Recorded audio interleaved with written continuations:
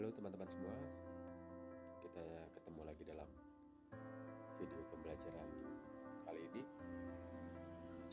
Pada kesempatan kali ini saya akan coba membahas mengenai hal yang mungkin sering kita alami ya ketika kita belanja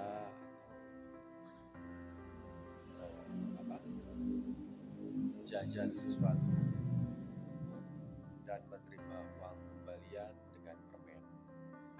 Jadi saya akan coba membahas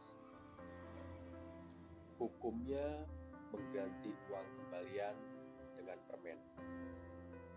Kita akan coba analisa apakah itu diperbolehkan secara hukum atau seperti apa.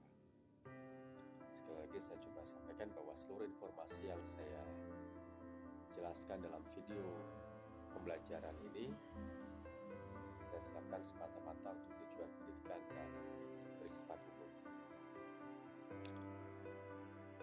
Teman-teman mungkin pernah mengalami ketika belanja sesuatu ataupun jajan ya, dengan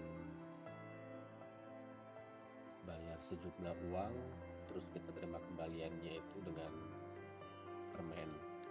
Karena saya sendiri pernah ngalamin hal seperti itu ketika saya beli rokok, tapi ternyata tidak ada kembaliannya dengan alasan tidak ada uang kecil, jadi diberikan permen kepada saya kan. Nah, itu seperti apa sih analisanya? Hukumnya itu gimana? Mengganti uang kembalian dengan permen. Apakah dengan memberikan uang kembalian itu dengan permen, itu berarti penjual melanggar undang-undang perlindungan konsumen atau peraturan perundang-undangan lainnya? Dan juga apakah ada sanksi bagi pelaku usaha apabila melakukan hal tersebut? Jadi kita perlu pahami dulu alat pembayaran yang sah. Di sini saya coba tegaskan bahwa memberikan uang kembalian dalam bentuk permen bukanlah bentuk transaksi jual beli permen antara pembeli dan penjual. Uang kembalian ditukar dengan permen tersebut sudah sering terjadi nih di masyarakat. Bahkan saya sendiri pernah mengalami hal tersebut, dan ini sepertinya sudah menjadi hal yang dipermaklumkan gitu loh. Ketika memang kembaliannya itu dengan alasan tidak ada uang kecil gitu ya, kembaliannya dalam nominal kecil. Nah, ini perlu kita sampaikan bahwa alat pembayaran yang sah itu pada dasarnya adalah uang. Mata uang yang sah yang berlaku di negara kita Indonesia itu adalah rupiah. Itu terdiri dari uang kertas dan logam. Nah, di tiap jenis uangnya itu, baik kertas ataupun logam, punya ciri rupiah. Antara lain itu ada tanda tertentu pada setiap rupiahnya, itu sebagai identitas. Membedakan harga atau nominal, dan juga untuk mengamankan rupiah dari pemalsuan. Nah, selain berbentuk uang logam ataupun kertas, di masyarakat juga umumnya itu kita dapat menggunakan alat pembayaran lain. Contohnya ATM, kartu debit, kartu kredit, kartu prabayar, dan uang elektronik saat ini ya. Macam-macam alat pembayaran tersebut tercakup dalam satu sistem pembayaran. Dalam suatu sistem pembayaran itu terdapat unsur sumber dana yang digunakan untuk memenuhi kewajiban dalam transaksi pembayarannya. Salah satu unsur yang harus dipenuhi sumber dana adalah memiliki nilai dalam satuan rupiah. Jadi alat pembayaran di Indonesia ini haruslah berbentuk uang atau bentuk lain seperti kartu debit yang sumber dananya memiliki nilai dalam satuan rupiah. Nah, terus bisakah permen dijadikan alat pembayaran atau kembalian? Seperti tadi sudah diterangkan ya bahwa alat pembayaran itu harusnya dalam bentuk uang atau bentuk lain, misalnya kayak kartu debit yang sumber dananya itu bernilai rupiah. Nah, ketika pemberian uang kembalian dengan permen, bagaimana hal itu? Pada dasarnya permen tidak dapat dikategorikan sebagai alat pembayaran yang sah. Jadi tidak dapat digunakan sebagai bentuk uang kembalian.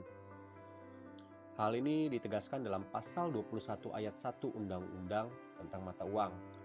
Di situ dijelaskan bahwa rupiah wajib digunakan dalam setiap transaksi yang mempunyai tujuan pembayaran, penyelesaian kewajiban lainnya yang harus dipenuhi dengan uang, dan atau transaksi keuangan lainnya yang dilakukan di wilayah Indonesia. Jadi uang kembalian merupakan bentuk dari transaksi dengan tujuan pembayaran dan penyelesaian kewajiban yang harus dipenuhi dengan uang, maka wajib menggunakan rupiah. Lebih lanjut dijelaskan dalam ketentuan pasal 21 Undang-Undang Mata Uang, dijelaskan bahwa penjual ataupun pelaku usaha yang tidak menjalankan ketentuan dalam pasal tersebut diancam pidana kurungan paling lama 1 tahun dan pidana denda paling banyak 200 juta rupiah. Di dalam Undang-Undang Perlindungan Konsumen mengenai uang kembalian berupa permen ini tidak diatur secara eksplisit. Konsumen pada dasarnya mempunyai kewajiban untuk beritikat baik dalam melakukan transaksi pembelian barang dan atau jasa, serta membayar sesuai dengan nilai tukar yang disepakati. Di sisi lainnya, pelaku usaha juga wajib untuk beritikat baik dalam melakukan kegiatan usahanya. Artinya jika konsumen membayar dengan nilai tukar yang disepakati, maka ketika konsumen membayar dengan uang, bentuk uang kembaliannya juga harus berbentuk uang dalam satuan rupiah, bukan dengan permen. Sebaliknya jika kita andaikan permen tersebut digunakan sebagai alat pembayaran dari konsumen kepada pelaku usaha, pasti pelaku usaha juga tidak bersedia menerima hal tersebut. Jadi kesimpulannya bahwa mengembalikan uang kembalian dengan permen itu secara hukum tidak diperbolehkan, baik berdasarkan Undang-Undang Mata Uang maupun berdasarkan Undang-Undang Perlindungan Konsumen. Karena ketentuannya selain karena pelaku usaha wajib beritikat baik dan pembayaran harus dengan nilai tukar yang disepakati, uang kembalian ditukar permen juga bukan merupakan alat pembayaran, bukan alat pembayaran yang sah, sehingga dapat diancam pidana kurungan maksimal 1 tahun dan denda maksimal 200 juta rupiah.